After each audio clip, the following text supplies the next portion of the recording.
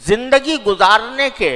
بڑے اہم اصول، بنیادی قواعد اور بنیادی احکام عطا فرمائے گئے۔ سورہ بنی اسرائیل یا سورہ اسراء ان احکام سے بھری ہوئی ہے۔ ان احکام کی جو ابتدا ہوتی ہے، جو اللہ تبارک و تعالی نے معراج کے نتیجے میں اس امت محمدیہ علی صاحب الصلاۃ والسلام کو جو احکام عطا فرمائے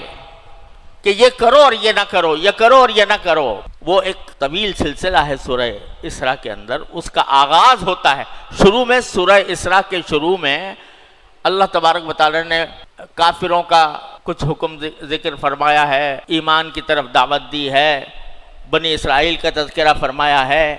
لیکن جہاں سے امت محمدیہ علی صاحب الصلاۃ والسلام کو احکام اور تعلیمات دینے کا سلسلہ شروع ہوا ہے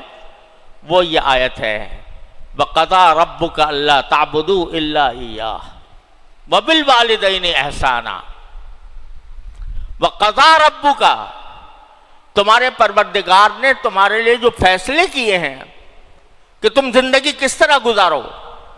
اس میں سب سے پہلا فیصلہ، سب سے پہلا حکم یہ ہے کہ اللہ تعبدوا الا ایاہ، کسی کی عبادت نہ کرنا سوائے اس کے۔ لا تعبدوا الا ایاہ، اس کے سوا کسی کو اپنا معبود نہ سمجھنا، کسی کی پرستش نہ کرنا، کسی کو حاجت روا مشکل کشا نہ سمجھنا سوائے پروردگار کے۔ قضا ربک اللہ تعبدوا الا ایاہ